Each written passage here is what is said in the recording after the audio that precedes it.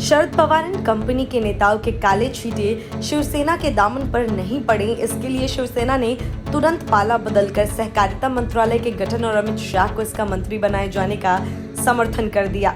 असल में जब सहकारिता मंत्रालय के गठन की घोषणा की गई थी तब शिवसेना के मुख्य प्रवक्ता ने इसकी आलोचना की थी और कहा था कि इस फैसले से अशांति फैलेगी, लेकिन उसके ठीक 2 दिन बाद ही सामना के जरिए शिवसेना ने पलटी मारी और अमित शाह के तारीफों के पुल बांधे। शिवसेना के प्रमुख पत्र सामना में कहा गया कि अगर शाह इसके जरिए कुछ नया करना चाहते हैं तो इसका स्वागत किया जाना चाहिए। हालांकि इसके ठीक 1 दिन पहले महाराष्ट्र की महाविकास आघाड़ी सरकार ने में साझेदार एनसीपी के मुखिया शरद पवार ने कहा था कि राज्य में सहकारिता विभाग में नियम कानून महाराष्ट्र के कानून के हिसाब से चलेगा और केंद्र सरकार को इसमें हस्तक्षेप करने का कोई अधिकार नहीं है। शिवसेना ने सामना में कहा कि यदि कोई यह कहता है कि केंद्र सरकार ने भ्रष्ट मंत्रियों के खिलाफ कार्रवाई करने के लिए सहकारी संस्थाओं को अपने अधिकार में लिया है तो यह एक तरह से अपमान की बात है, क्योंकि शाह खुद गुजरात में सहकारिता आंदोलन से जुड़े रहे हैं और निश्चित तौर पे केंद्र के पास इन सहकारी संस्थाओं के माध्यम से राज्यों में विकास कार्यों को बढ़ाने की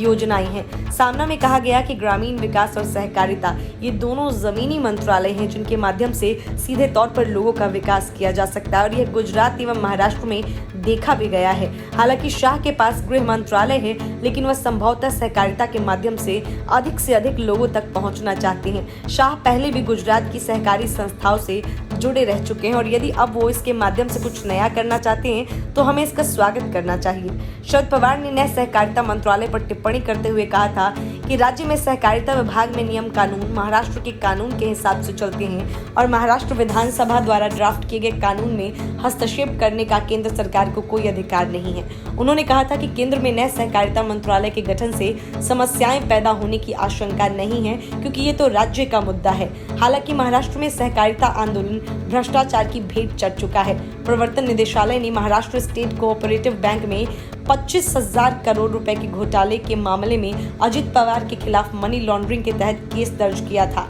2019 में खबर आई थी कि एक गवाह के बयान के बाद ईडी ने शरद पवार का नाम भी इस घोटाले के आरोपियों में शामिल किया था। उक्त गवाह ने अपने बयान में बताया कि कैसे शरद पवार ने इस घोटाले में बड़ी भूमिका निभाई थी। शिवसेना का बयान ऐसे समय में आया है जब कांग्रेस समेत कई विपक्षी पार्टियां नई सहकारिता मंत्रालय बनाए जाने और विशेष रूप से इसकी जिम्मेदारी अमित शाह को दिए जाने का विरोध कर रही हैं। कांग्रेस का कहना है कि केरल, कर्नाटक और महाराष्ट्र से लेकर बंगाल तक की सहकारी संस्थाओं में भाजपा का प्रभाव बढ़ाने के लिए ऐसा किया गया है।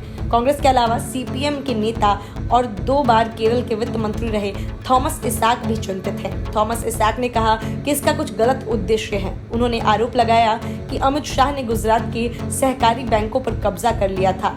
दरअसल विपक्ष को डर इस बात का है कि सहकारिता से विकास का मंत्र पूरे भारत में लागू होने पर गरीब किसान और लघु व्यवसायी बड़ी संख्या में सशक्त होंगे, जिससे भाजपा और मजबूत होगी। Bureau report, news of India.